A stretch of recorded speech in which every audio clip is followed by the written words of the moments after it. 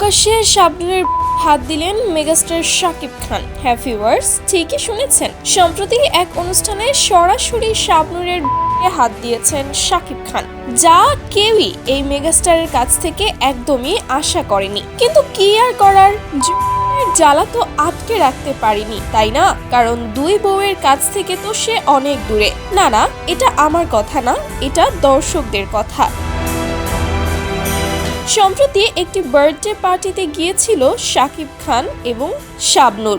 Megastar Shakib Khan এবং চিত্রনায়িকা শাবনূরকে দাওয়াত করেছিল সেই অনুষ্ঠানে। সবার রিকোয়েস্টে শাবনূর সেখানে গান করেছিল, আর গান চলাকালীন সময় শাকিব খান যেন উড়ে এসে তার হাত দিয়ে বসলেন। সবাই এক দৃষ্টিতে শাকিব খানের দিকে তাকিয়েছিল।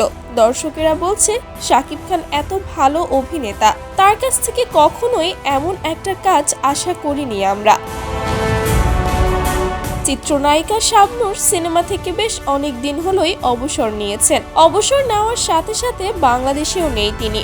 বহু বছর ধরে বিদেশে জীবন যাপন করছেন এই গুণী অভিনেত্রী। চিত্রনায়িকা শাবনূরের ফ্যান পেজ বেশ বড়। মেগাস্টার শাকিব খানও কিন্তু কম যায় না, কিন্তু দুজনেই তারা ভালো অভিনেতা অভিনেত্রী। কিন্তু হঠাৎ কি এমন হলো যে শাকিব খান তাকে গিয়ে ধরলো? কেউ কেউ বলছে অপু বিশ্বাস ও বুবলি হয়তো তাকে সুখেই রাখতে পারছে না, মানে বাংলা কথা। কেউ কেউ আবার বলছে এমনিতেই হয়তো বা ধরেছে। আবার কেউ বলছে শাকিব খানের দুটো সন্তান রয়েছে, তার সন্তানগুলো যদি এসব দেখে তারা কি ভাববে। তো ভিউয়ার্স, এই বিষয়টিকে নিয়ে আপনাদের মতামত কি?